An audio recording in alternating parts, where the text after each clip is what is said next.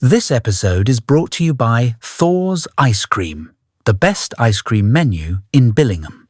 Find them at the rink on game days and pick from their range of amazing desserts including the Biscoff brownie and the famous whippy trays, with a choice of amazing toppings. Supporters of the Stars and Buccaneers and proud partners of STARCAST. Find Thor's Ice Cream on social media.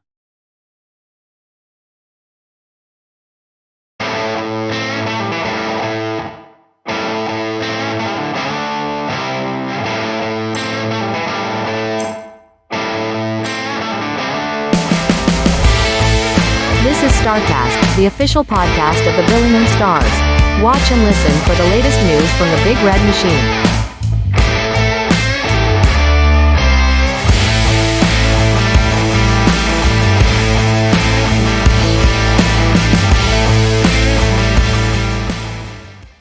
Welcome to the latest edition of STARCAST, the official podcast of your Billingham Town Council, Billingham Stars. Back for another week to talk all things Big Red Machine and the goings on around the NIHL North Division 1.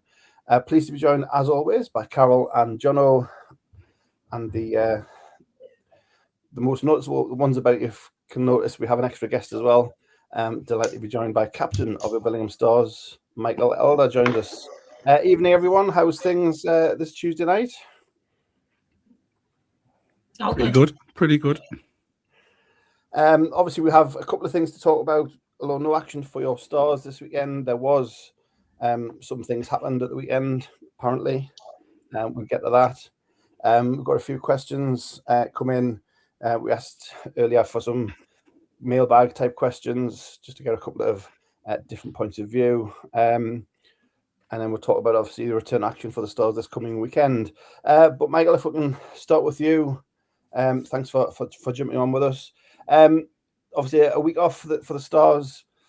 Missing the Cup semi-finals, obviously, not ideal. But the rest and the recovery week, I suppose, was possibly needed for the guys and came at the right time for the run into the playoffs.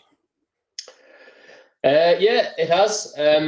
Like you said, not ideal that we had the weekend off and what the circumstance was, how we had the weekend off. But the schedule that we had from the beginning of December over Christmas, I don't think we've had a week off or weekend free since November time or early December. So we've had 5 or 6 weekends on the bounce where we've pretty much had double headers as well. So yeah, it was, and obviously that the double header between Christmas and for Whitley, obviously was one that was squeezed in there. So yeah, it was a much needed break, I'm sure, for all the team. And yeah, we'll rest it up, get back to train. We had optional trainings last week, so we'll get back to training this week, ready to start the running towards playoffs. Yeah, and you mentioned the heavy schedule. The performances, obviously, there's been a few injuries to deal with, but there's been signs of things starting to click. And when the lines click and when the guys click, there's signs there that things are coming right, and the running could be an interesting one. Yeah, it's probably been the story of our season, to be honest. We've struggled with consistency quite a lot of the year, and we've probably been at our own downfall of not really creating an identity this year and being able to play to that identity consistently. We've had spells where we've played great hockey, and we just haven't been able to do that for 60 minutes. Or if we've done it for 60 minutes, we can't seem to do it for 120 minutes over the course of the weekend. We'll have one good game, one bad game, and that's kind of been the story of the season. So, and you can put your finger on, there's a whole host of reasons. People are playing through injuries, lack of bodies, lines juggling around, chemistry. I mean, there's not excuses is the wrong word, really. There's adversity with everything that we've come across, and for whatever reason, we just haven't found a way past that adversity this season, and that's probably shown why we're currently sitting in 5th in the table. We know that there's a lot of work still to do. There's a lot still to play for. On any given night, we've been able to match the teams at the top. Yeah, granted, we haven't beaten. I think we haven't beaten Blackburn and we haven't beaten Telford. But we've been in the game and probably the better team in some parts of those games. So there's a lot to be hopeful for. We just need to try and find that consistency going at the back end of the season. Yeah. Carol, skipper's all yours. Yeah, you've already touched on some of the things I was going to ask about. I mean, after the dreamland that we were in last year, I guess from your point of view, it was always going to be tricky to kind of to get the guys back on that kind of footing, because how on earth do you get back to that? So I don't know what kind of conversations have been going on in the dressing room about that. Well, I mean, one conversation probably, or something I was telling a lot of the players is, don't take the success that we have for granted. I know a lot of we had a young squad last year, and everyone almost peaked too early. So, and as you've seen this year, when everyone's not firing and everyone's not at their 100%, it needs to be a collective effort. And I don't know whether it's probably not. We haven't taken it for granted, but there's a lot to learn from what needs to be done every single night to create a season like we did last season.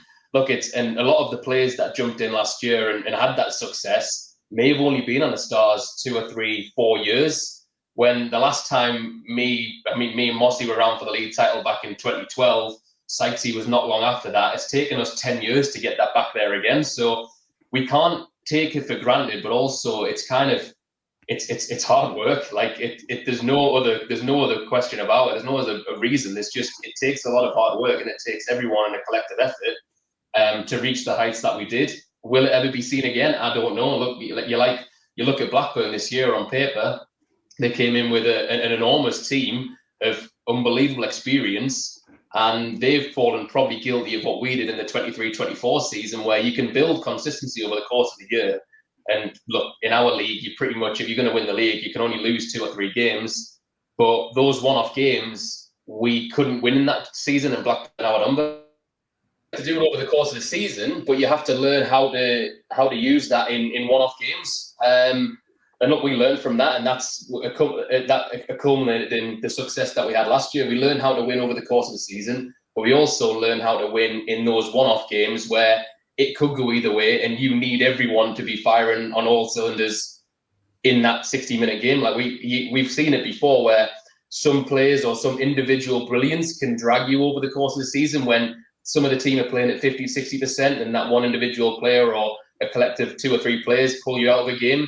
That works over the course of the season, but to do that in one-off games, you have to have a lot of things align, and that did for us this season. And look, it's just hard work, and I think that's the message that I'll keep banging home, is that don't take success for granted, because you never know when it's going to come back around again. And look, we hope it comes back around soon. There's still a trophy to play for this year, which again, that's all our focus is on.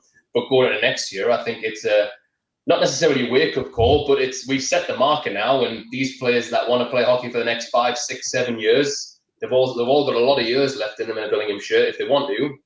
That what they need to do to reach those heights again, because like you say, we spend an awful lot of time playing this game, and we don't like losing. Simple as that. Well, Sykesy's still chasing Spike's record, so Sykesy's going to be here for a few years yet anyway. So, anything to follow on, Carol? I'll go to John Rowe. I think it was just to hark back a little bit. You touched on the investment that Blackburn and other teams have made to try and get close to us. When you were looking around in the summer, and the news was coming out about what these teams were kind of having to do to compete, which side of the fence did you fall on? Was it, oh no, that's not fair, everybody's just loading up, or was it more that, pride, in fact, that they're having to do this to get close to us, and the challenge, I guess, of trying to raise the bar again? Yeah, it's a difficult one to kind of have an opinion on, or I suppose our league's in a bit of a grey area for possibly the next few years. Is you've got a lot of teams that are invested in NIHL 2 and NIHL 1 and the pathway, and obviously what we're doing with the Buccaneers. Recent announcement, Widnes, they're creating a pathway. D-side have got a pathway. There's a lot of teams now, Sheffield obviously on the Steelers pathway. So there's a lot of teams now creating that NIHL 1 and 2. But then also the league above, you would have thought over the next year or year, maybe 2, they're only going to go to 5 imports. You see a lot of teams in that league now carrying 5 imports and rotating through them. Likewise being, although it's probably not the best thing for the British ice hockey or British goalies that people are carrying import goalies in that league. But you would see that that league's going to 5. So the chances are that a few Brits might get pushed out that have been expecting ice time in that league. And obviously that's kind of where you see Blackburn. A lot of the players have dropped down who possibly have been fringe players in the league above and come down and play big minutes. So I don't know where our leagues are going to go. Obviously, we've got to be. There's 2 ends to it. There's a development side to it, but there's also a side where people want to compete and people, again, like Billingham, people come to pay to watch us play, so we have to put a product on the ice that's enjoyable, and that's the same for D-side, the same for Solihull, same for Blackburn. So it's a bit of a grey area, and also you don't want to halt development of these younger lads, and you don't want to. And again, we need to create a pathway that they can go on to national level. We've seen that with Finn Braden in the past. We've seen that with Tommy Spraggan most recently. And they're putting up, I think Finn's second in points on Leeds now, and Tommy's playing big minutes before the injury, was playing with Brock at Hull. So these kids have got great futures ahead, and we need to encourage that as much as possible while also putting a product on the ice that people want to enjoy and come and watch. So I think there's a lot to. I think our league's in a bit of a grey area of where it needs to sit in terms of whether it's a development league or whether it's ultimately it is a development league, a 3rd tier British ice hockey. That's what we're there for. We're there to encourage development and go on to a higher thing. But we need to also be mindful of at the top end of the league, people are coming to pay and watch, and we need to put a product on the ice that is worth paying to watch every single week. So yeah, I think over the next few years we'll find our footing. It might take, again, we don't want the disparity in the league to be too high either. I mean, it wasn't our best game, but Leeds came and turned us over last week. They've got a good, promising future. But again, to do that over the course of the season with a bunch of 16, 17, 18-year-olds, it's hard to do. And that's why you see where they're sat in the table. So, yeah, it's I definitely think that the league it needs to find its footing. I think there's case for or there's an argument or a bit for the under 23 rule. I'm not so much a fan of that, where you can only play as many games at under 23, and then you've got to choose your team. Because I think, especially if you've got players that are dropping down from the league above, who are going to get paid, that's only going to push your development further down. And some people might not develop until they're 23, 24, depending on how much ice time they get. Some teams only get 1 hour of ice time a week, and they might develop at different standards, or some people might be getting 3 or 4 times if they're on 2 or 3 way contracts. So I'm not a fan of that rule. And I think there's definitely an argument to say that there's a bit of a taxi squad, to say that if you're over 23, that you are sitting in between or a 2-way contract that gets approved by all the GMs in the league, so it can't be abused. For you're not going to put an import on a taxi squad. That's not the idea of it. But it's to encourage development and not pigeonholing players when they get to 23. You need to pick a team now. So and I think that would obviously enhance development and keep our league where it needs to be in terms of development and standard wise. We've fallen short this year at a few bodies because we've had a few players that are hitting that threshold, and it's kind of like, do you want to use the game now? Do you want to keep them with the Buccaneers? And what have you? And again, it's not just to benefit us, it's just to benefit the league and the player ultimately, and the development and participation of British ice hockey. Yeah. I think that's a whole episode altogether. That's a whole different episode on that. Jono, do you want to jump on? Yeah, I'm going to say that for yourself now and you and the boys, Obviously, the season hasn't gone to plan, I would say, in your mind. But now the target's only one. Does that make it a lot easier for you now to get the boys engaged and ready to go for the remainder of the season? Obviously, I think mathematically now we can't win the league anyway, so that kind of hope's gone. So it literally is that playoff title. We are still the defenders of that. Is it easier just to get the lads focused now for that one push, for that one trophy? It is. I think the main focus is, and I know it's a cliche thing to say, which is one game at a time. But I think we need to focus on just playing 60 minutes consistently. I think if we manage to do that and everyone buys into what we want to do, we will have, or we have got the talent to take over in a one game. We've seen that before. It's proven. The issue we've had is just playing for 60 minutes and playing to our potential for 60 minutes. And it's not one or two players playing to potential. It's collectively playing to potential.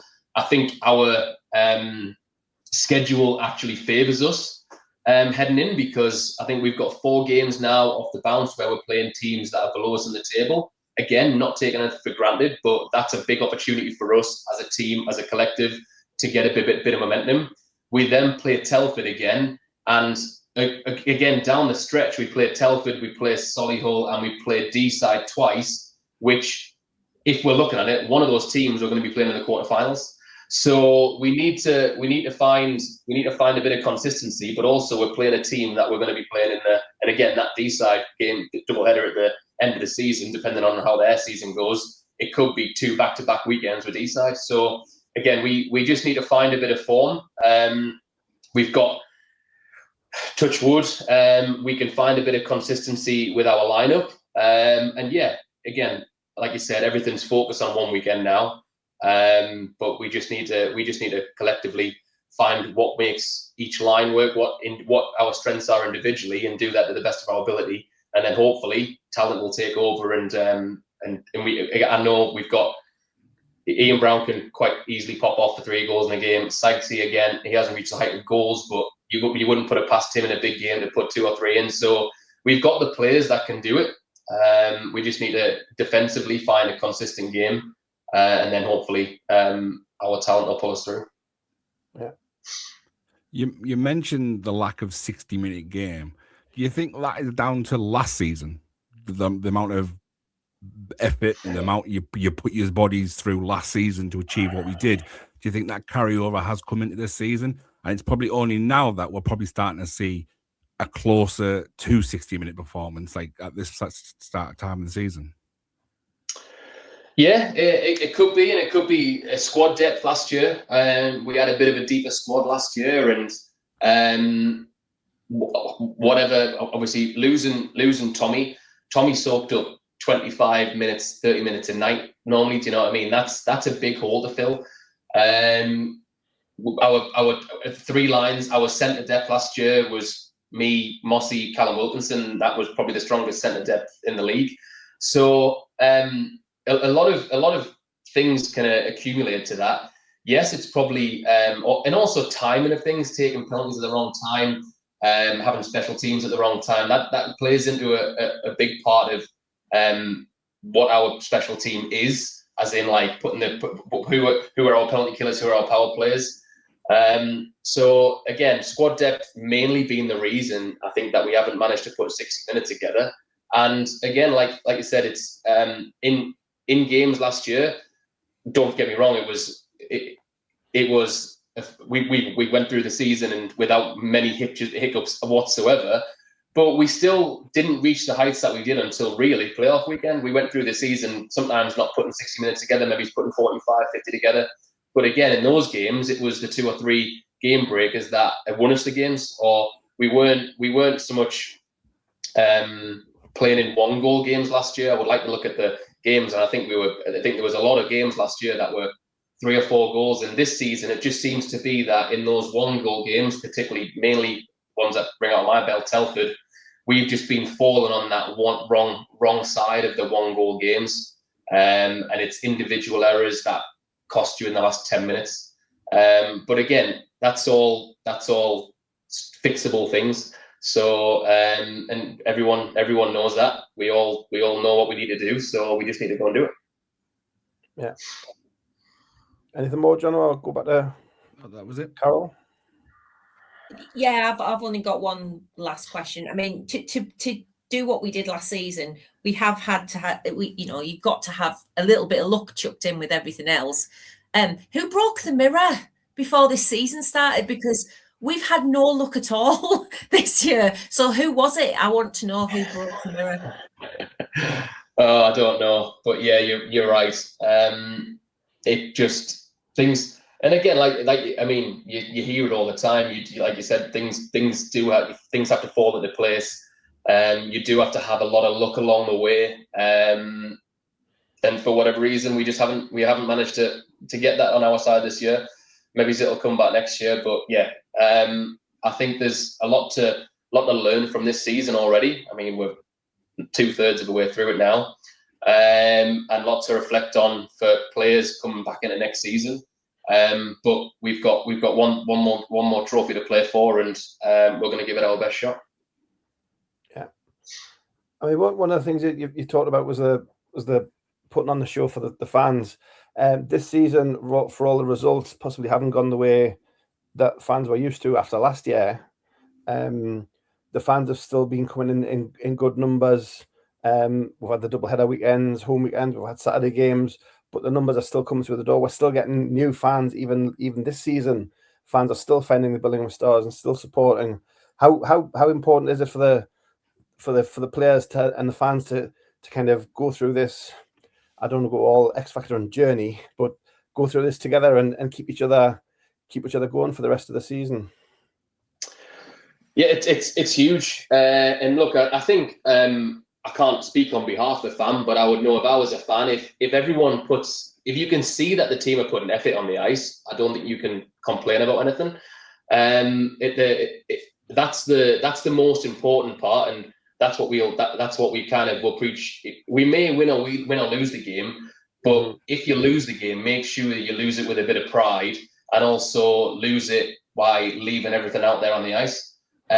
Which I think we've done for the majority of the season. I think there was only one game where I could probably say that disappointed the team for lack of effort. But yeah, it's huge for us. It's a huge boost. Billingham hockey in Billingham is on the up. It's thriving at the minute. There's a lot of local support for both the Buccaneers and the Stars, and that's only there to grow. There's just it's great to see. And when the Buccaneers aren't playing, they're down supporting us. When we're not playing, they're down supporting the Buccaneers. There's a real good connection between the two teams, and long may it continue, because that's the only way that we're going to see success in both teams and Billingham as a club. Mm-hmm. Do you know anything? No. For your Grand Slam winning captain? No, I can't go there. No.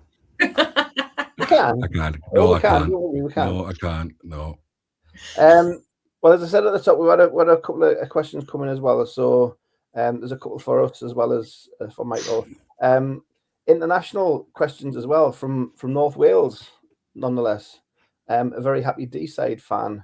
And it kind of goes on what you were talking about, Michael, for the kind of adjusting to the way this season's gone. It's so this is from Ian Evans, a very happy D-side fan on Cloud 9, understandably.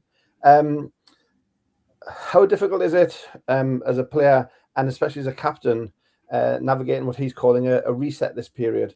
Obviously, a great success for the Stars last season, but this season it seems to be there is a more even playing field across the league as the Stars promote some younger talent onto their roster.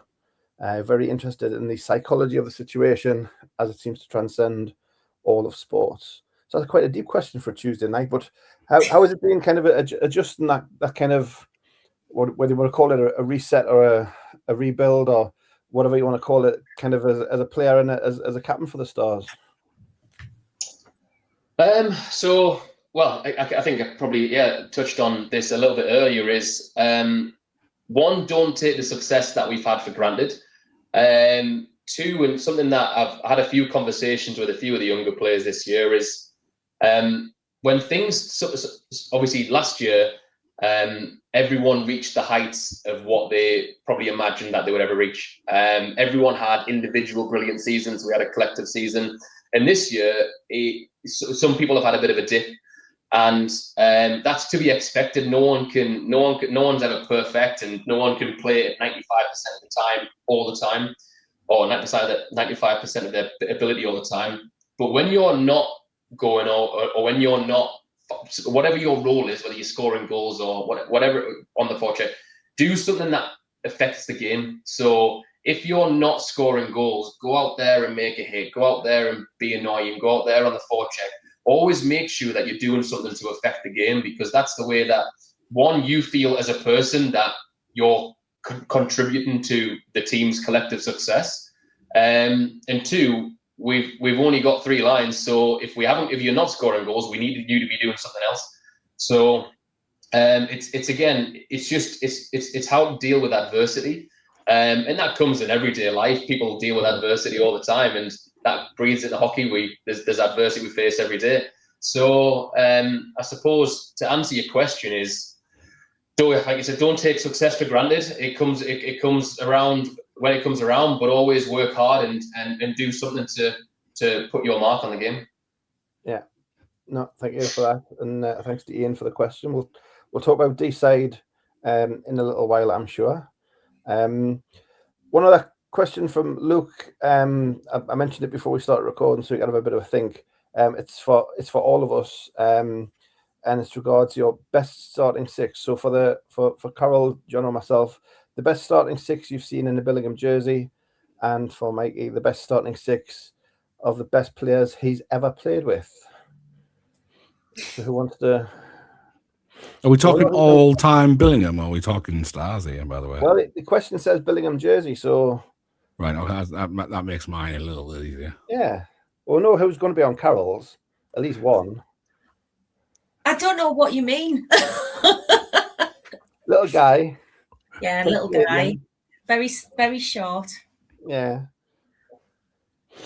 Obviously, mine's only that a short period of time, 2011 onwards. I don't mind going first. I'm pretty confident what mine is. I'm then. going to go Flavel in goal, Marlowe on defense with Mr. Farn. See, I was quite lucky to see these. And then my forwards, I'm not going to go with imports, so my forwards were Wallace, Dowd, and Sykes.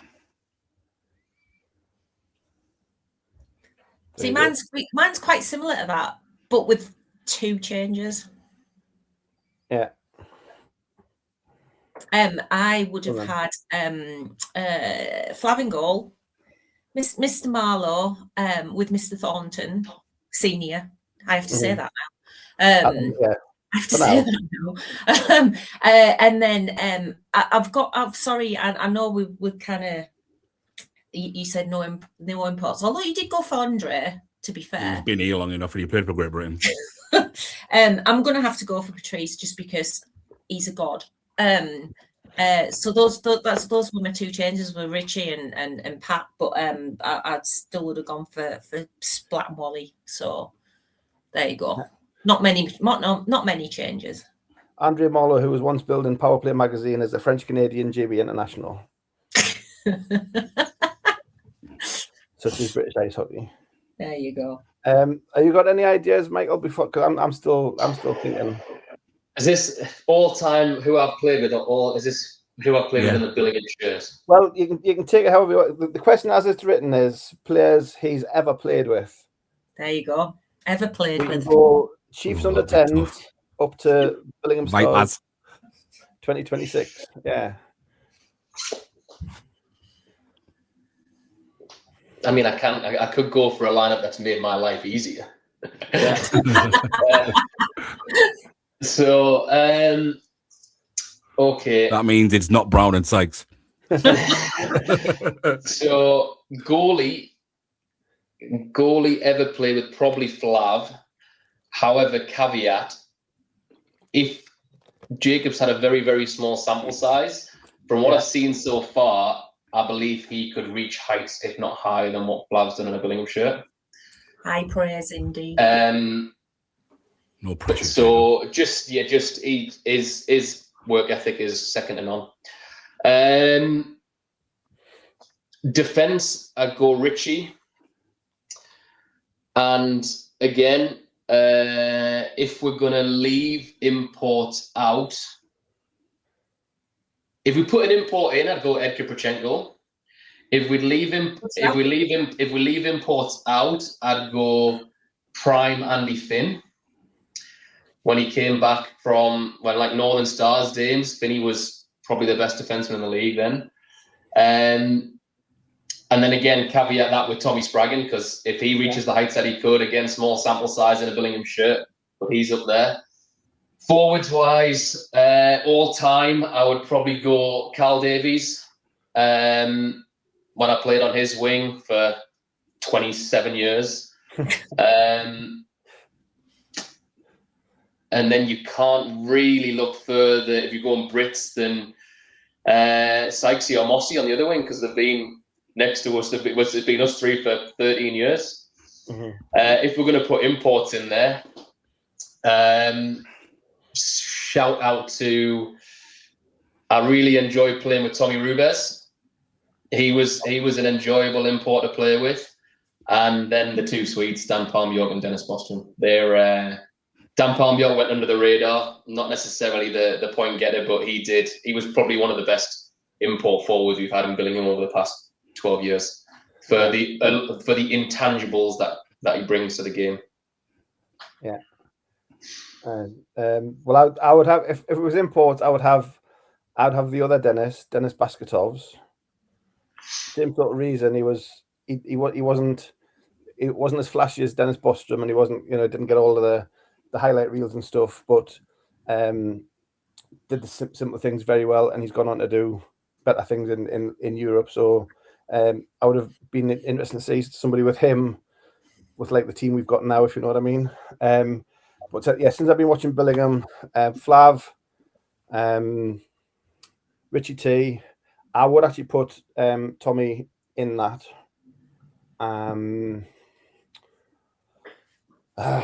It's a embarrassment of riches. I said with a bias, the 36-32 pairing that I've ever seen since like 1990, whatever it was, in the Newcastle Arena, which makes me feel very old. And the current, as has been said, the current crop, Mossy, Sykesy, and Ian, as he's been doing for the last 3 years as well. I know that's like I've named about 10 in me starting 6, but it's privilege. I mean, as we're talking, obviously Thornton, we now have to mention Thornton Jr. as Carol says. So in the past few weeks, obviously we've had Will Thornton. The other week we had Will Weaver. So now I've seen Jonathan Weaver's son, Richie Thornton's son. I've got grey hair and I'm feeling very, very, very old. So thanks to Hockey for doing that. What I would ask everybody listening in the chat, why don't you put your Billingham, if you want to put a Billingham starting 6, a Stars 6, or anything you've seen at the forum. We'll get some chat going and see what people's favourite 6 is. Who's the best player you've ever been with at the Vipers? Import wise, who was the one player at the Vipers, Mike, that you went, Jesus, that kid could play? What watched? Yeah, I even played with, because I'm sure you probably would have trained with quite a lot at the time as well.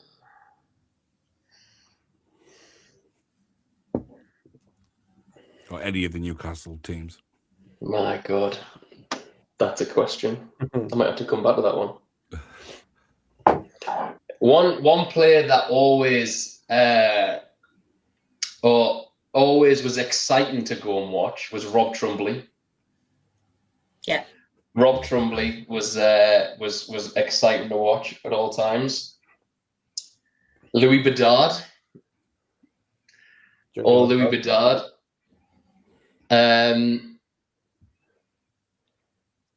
Goalie wise, I like going to watch Andrew Werner. Remember Andrew Werner he used to have the multicolored pads, or one pad was different colour to the other one. But yeah, God, that's going back some years. I mean, Cobras and River Kings had a goalie called Foster. He was all right.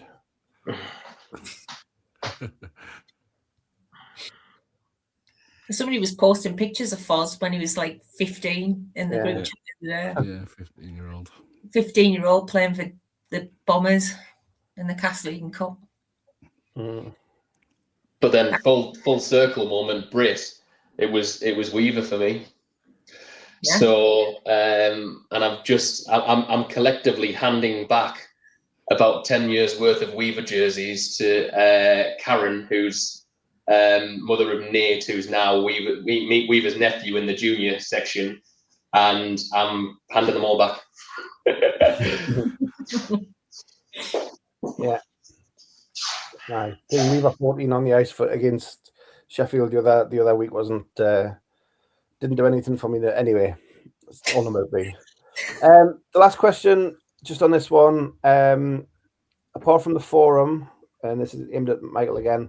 Apart from the forum, what's your favourite rink, and what is possibly the least favourite rink in NIHL North 1 to play in? Least favourite, Solihull. Just purely because in turn, it's not so much. I actually like the fan interaction at Solihull because it's engaging. Do you know what I mean? And look, the fans give it as good as it gets. So if they chirp you, that to be expected that you can chirp them back because it's a net between you two. So there's been a good few conversations with separate corners of the rink over the years. But purely because it's a difficult adjustment. You've got net and it's not glass. It's just a completely different game that you have to play. So probably Solihull. Most enjoyable. Good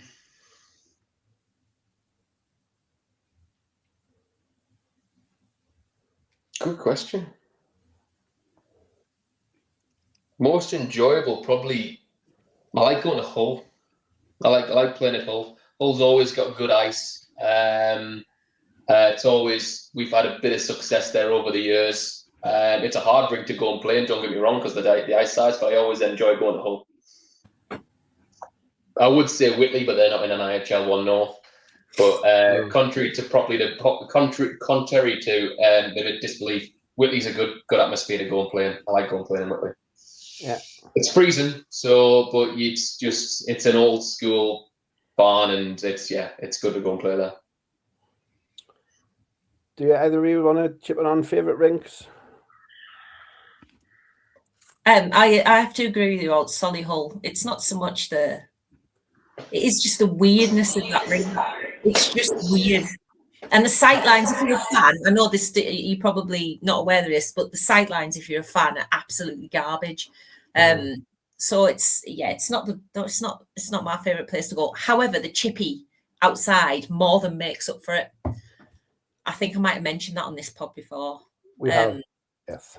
And I like going to Sheffield just because it's a nice place to go, and we might have had a bit of success there last season. Once or twice. Yeah. Actually, we should have mentioned Mikey's repetitive strain injury. The side muscles were quite bad last year. I went for they've healed well over the summer. The other question that came in, and it's one to be asked to any player, is about next season. Obviously, I'm guessing next season depends on this season and how things are shaping up for yourself and for the team, Michael. Yeah, I think as I alluded to before with this concept of, or what I would like to see in terms of the taxi squad or under 23s or whatever that means, but I suppose the message to the team is everyone's probably playing for their contracts next year down the stretch here. Obviously, you've got two imports that Ian and Rowley, they definitely on their mind, they're playing for their contracts next season, and that should go for anyone for that matter.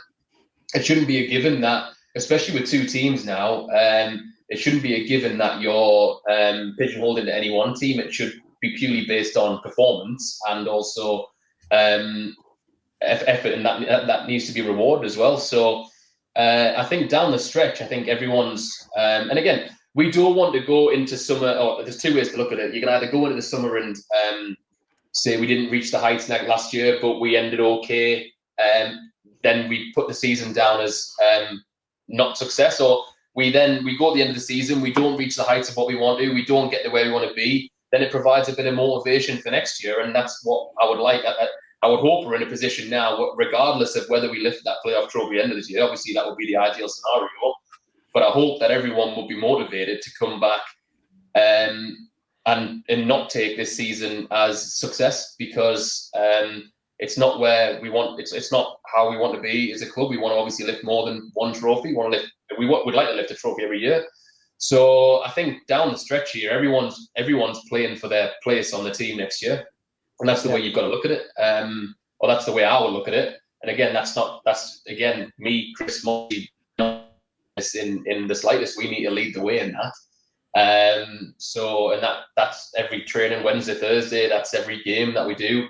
The effort needs to be there, and we're now at the end of January now. It's only 2.5 months left, so we need a big push for everyone. Excellent. Well, appreciate your time tonight. Catching up on all things from your point of view, answering a few questions as well. We'll see you training this week, and we'll see you back on game ice at the weekend. Michael, thank you very much. Thank you for having me. This episode is brought to you by Thor's Ice Cream, the best ice cream menu in Billingham. Find them at the rink on game days and pick from their range of amazing desserts, including the Biscoff brownie and the famous whippy trays, with a choice of amazing toppings. Supporters of the Stars and Buccaneers and proud partners of STARCAST. Find Thor's Ice Cream on social media. So welcome back to STARCAST. A big thank you again to Grand Slam winning captain Michael Elder for giving us his time tonight, talking all things from his point of view. Much appreciated. And thanks to everybody who sent a question in as well. We'll try and give a bit more notice next time. We get a few more questions. Next time we have a quiet week like that, we can get some more questions in for either us or for a guest we have on. Although there was no Stars hockey at the weekend just gone, there were games in the Cup competitions in Divisions 1 and 2. We'll start in Division 2. Huge congratulations to the Billingham Buccaneers, who defeated Coventry Blaze over 2 legs on Saturday and Sunday. Away, they lost the first leg down in Coventry, but then won 4-1 in the second leg at a very busy Forum Ice Arena on Sunday night to book their place in the Division 2 Cup semi-final. Their opponent will either be the Sheffield Titans or the Sutton Sting. They haven't played yet. There was no ice in Sheffield due to a skating competition, a European Championship skating. So that had all the ice at Ice Sheffield. So they will be playing in the next week or so. The final is the second last week in February, I think. Home and away as usual. So huge congrats to the Bucks. And then in our division, obviously no place for the Stars in the semi-finals this year, but the results, Solihull had the first leg at home. They won 5-3 on Saturday over the Telford Tigers, but in return, Tigers won 7-4 on Sunday night to give them a 10-9 aggregate win. So the Telford Tigers have a place in the Morley Cup final. And then the other semi-final started at D-side on Saturday night. D-side Dragons 2, Blackburn Hawks 4. That was the first leg. And then the second leg at Blackburn Arena. A big crowd again for the second leg. But it finished Blackburn 1, D-side 3 after regulation time. So it went to overtime. And the Dragons made the decisive score. So they win 4-1 on the night and take it 6-5 on aggregate. So it will be the D-side Dragons and the Telford Tigers in the Morley Cup final. Who had that on their ballot box card? I don't know. All yours. The floor's yours, Carol. Cup semi-finals. Cup semi-finals. Massive, massive, massive congratulations to the Bucks. Great to see a massive crowd there as well.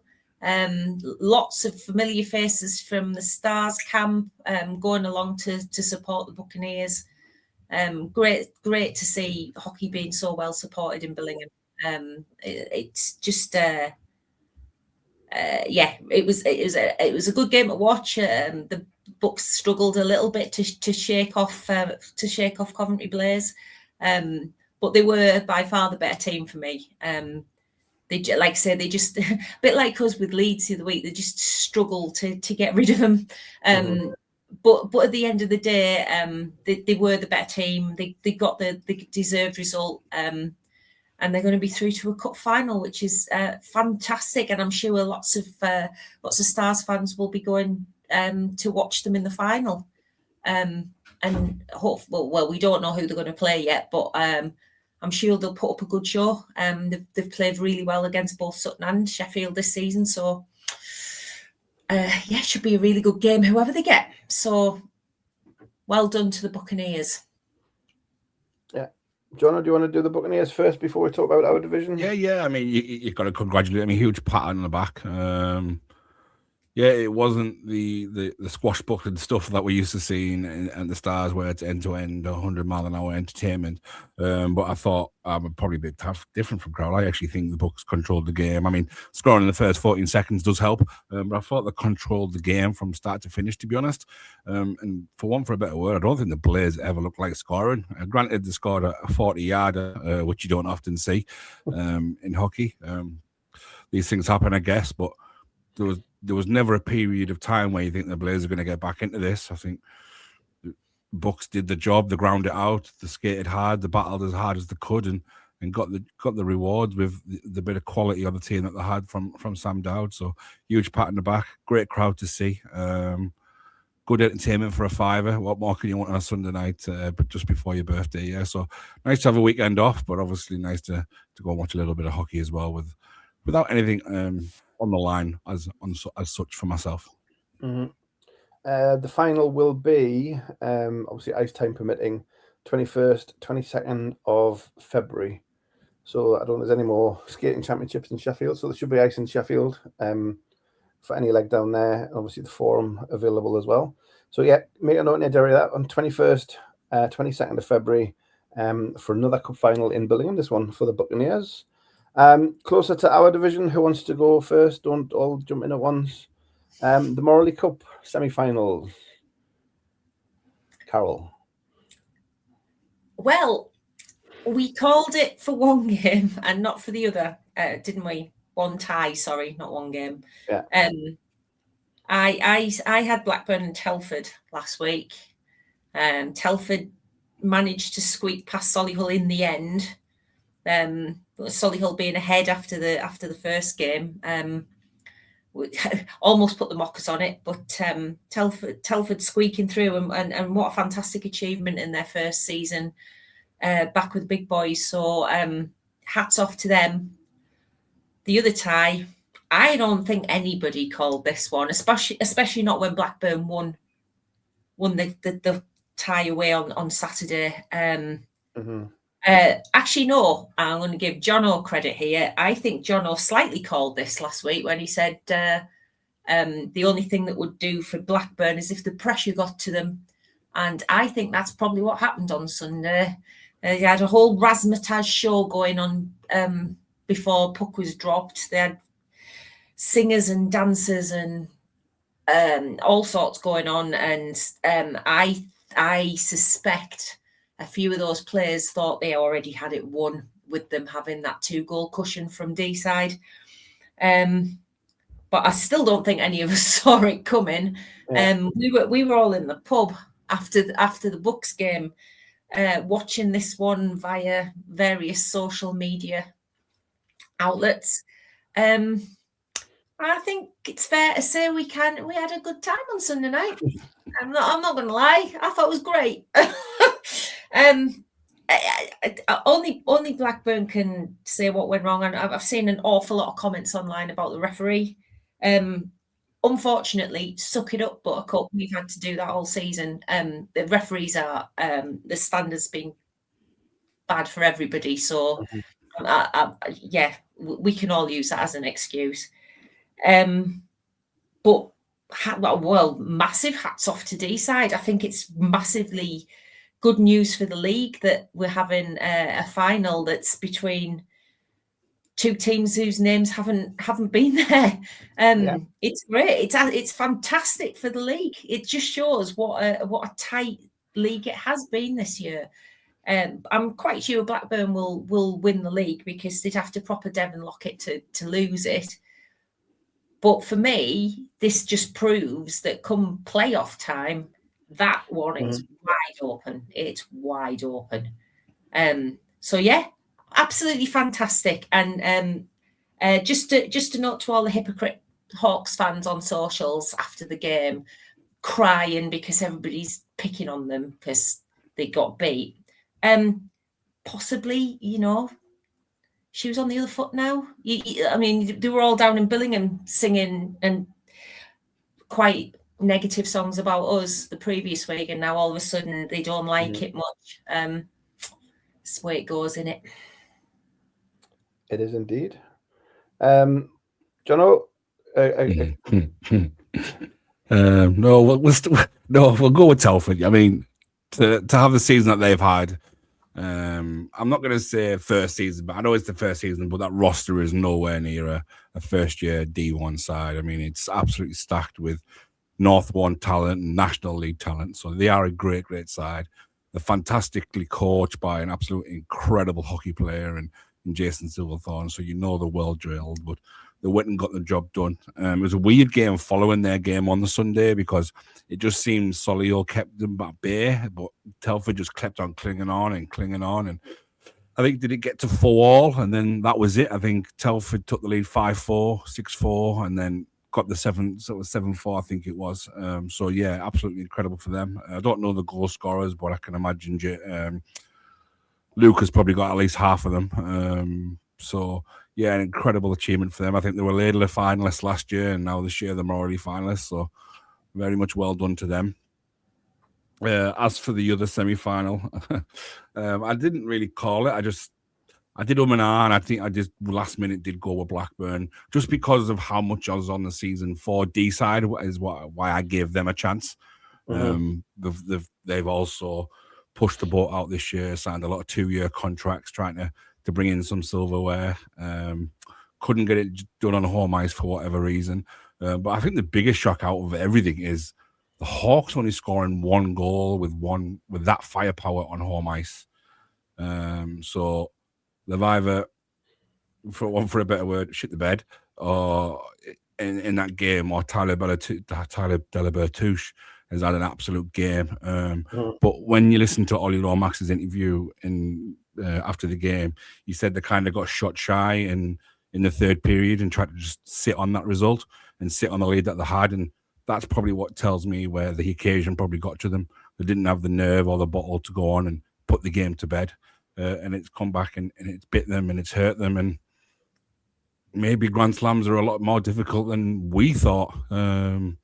Maybe we've achieved something that is a lot more difficult than we thought it was going to be. And maybe we should have probably celebrated it a lot more than what we have done, because everyone had them down for a clean sweep, not a problem. An absolute clean sweep. They're going to take the lot, probably not going to take the South games just because of how much those teams down there have improved their roster, and probably a little bit of how much we upset them by beating them in the playoff final ourselves last year.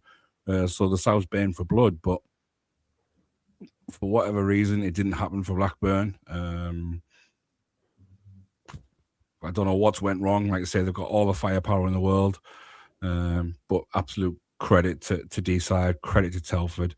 I believe it's the first time these two teams have been in a final, as Carol said, and it's the first time that a Billingham or Blackburn team haven't been in a final since about 2020, I believe. So absolutely incredible for the league, and who knows, we might just get 3 different Morley winners this year. I think it's going to be a great final. I think Telford D-side is made up to be a really good final. Both teams, like I say, strong net minding. Both very offensive when they want to be. I haven't seen the shots from the D-side game, but Tyler Delabertouche was getting the plaudits on Sunday, so he obviously had a great game. The other one, Lucas scored 4 on Sunday. He only scored 1 on Saturday, but he scored 4 on Sunday. So, he was up for the big occasion. So I think it's all set to be a Stormont final. And like I say, about the Grand Slam. If you think the first year we won the league, we were well placed in the cup and well placed in the playoffs, but we couldn't get it done year one. We had to wait until year two to get everything to click. So maybe that's Don't say that. Yeah. Don't say that. No, don't say that. I'm not saying anything. I'm just saying it took us 2 years. You said that year two. Well, they need to keep the same squad together, wouldn't they? All I'll say is, and I'll just echo some guy I saw on Twitter on Sunday night. Grand Slam's on for everybody. It's just one of them things. But yeah, no. Following SSM for you, following on social media, made for a great occasion, and it's going to be a great final. Look forward to the Bucks as well. See how they play in their action in February. Find out next week or so when Sheffield and Sutton play their semi-final. Anything else on the goings on the ice? And before we look at our return to action this coming weekend. I think I'll just very quickly pick up on what Jono said about Blackburn's stacked defensive lines. It's Bobby Straightley who scored their goal on Sunday. Yeah, so their forwards have had a proper off night. Yeah, I didn't know if I've forgotten his name now. The Magic Man, was he back or not? Jake Lutwich. I don't know. I haven't seen the score sheet or the game sheet or anything. But yeah, for Streetley to score the only goal. Let's see who scored on Saturday. I'm trying to find the info. Barnes 2, Hayek, Cullaby, Barnes, and McKinney on Saturday. So they did the job on Saturday, but they were obviously well contained and held at bay on Sunday. So look forward to a great Morley Cup final later in February, and well done to both teams for reaching that final. For your Stars, it's a return to action this week. It's the one game, and it's a Sunday home game against the Widnes Wild. Before we talk about the on ice, Widnes have had their own little breaking news this week. They've announced they want to put in a Division 2 team next season, and they also taking full control of the juniors at Widnes. So it's all coming under the same management and ownership of the NIHL team will run the juniors. So it's all one organisation at Widnes. And John, it kind of leads to what Mikey was saying about this being a development league, and most of the teams look on it as such now. Yeah, I mean, it's just absolutely fantastic for them, isn't it? They're just future-proofing their own future. Obviously, we know the troubles they had last year trying to fulfill a roster, trying to pull players in from Scotland and there and everywhere. And in the next 3-4 years, because it won't be straight away, it'll take a bit of work, it'll take a bit of time. I am just presuming and guessing here that this Widnes Wild 2 is going to be all 16 to probably 19, 20-year-olds. Obviously, the ones that are good enough will play Wild 1. But it's going to take a bit of while for that little bit of talent to come through, just like it did in Billingham with Will Thornton and Matty Pickup. Granted, they were probably not fast-tracked, but realised the potential was there to get them in the Stars quite quickly. But it will take that a bit of time for Widnes to produce 2 or 3 guys that'll come through that Wild 2 team. But also, it's very attractive now to other juniors in the area. You've now got D-side with Divisions 1 and 2. You've now got Widnes with Divisions 1 and 2. If you're a junior in that area, it's easy for yourself to pick a pathway now.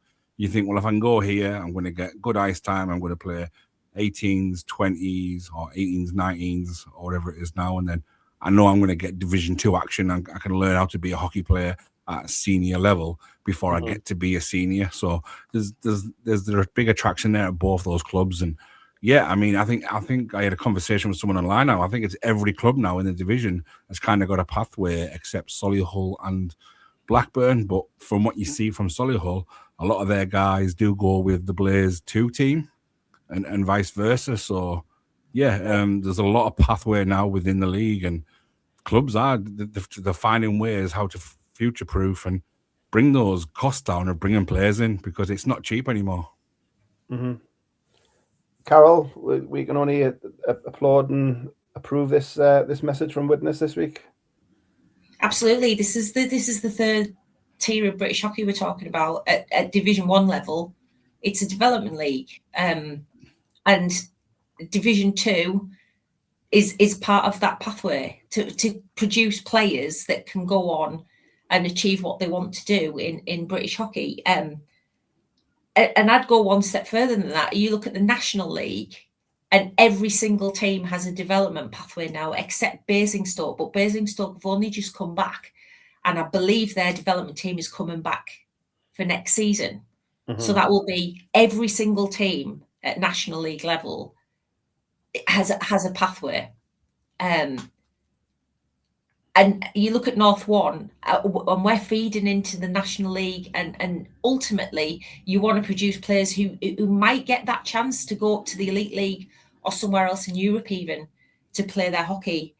And Widnes have obviously seen the benefit of doing that. John already said they've struggled in the past to bring through juniors. They've had to go to, almost ridiculous lengths. Bringing kids down from Scotland is, lots of kids down from Scotland as well. It wasn't just one or two. It's refreshing to see.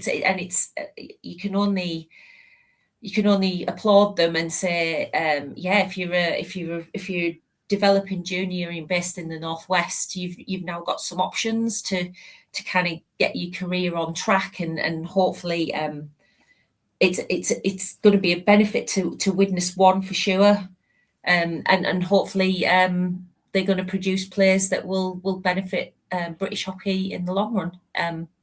I can't see any downsides, that's for sure. Yeah, no, well, great to see. And I did wonder when I saw the trailer what the announcement was going to be, and it was a very pleasing one. So well done to all at Widnes for making this happen, and we'll see what happens with Wild 2 or whatever they are going to be called next season. In terms of on the ice, it is Widnes who come to the Forum on Sunday, our first game back after a little weekend off. And it's as Mikey said in his piece with us, these next few games, they are all teams below us in the table. Not taking them for granted, but we do need to, if we are going to put a run together to head into the playoffs, it needs to start on Sunday. Jono. Yeah, and don't get me wrong, this game Sundays is going to be as tough as they come. Just look at Widnes Wild's last results. I think they're all 1-2 goal games. They might be in loss, but it shows how much effort and how much harder they are working. We found out at the Forum, we found out in Widnes, this team is a 60-minute skating team. They will skate for 60 minutes. They might not be blessed with all the talent in the world, the sick hands, the great moves, the silky moves, the fantastic skill, but this team's a hard-working team, and they will graft their what for 60 minutes, and they will make it very difficult for Billingham. And if they're a team that gets ahead and gets a sniff of a victory, we'll find them very hard to break down because of that work rate. So we have to match that no matter what. Yeah. I think it was the last game before the Cup weekend that had a home with D-side, didn't it? And it was just as John says, Carol, a 1-goal game both ways. So we can see what challenge could lay ahead for us on Sunday afternoon. Absolutely. Coming out of a home with D-side and on aggregate, you've lost by 2 goals. I mean, it's a sickener for a start. You come out with no points, but on the flip side of that, there's an awful lot to be proud of there, and it shows how far they've come.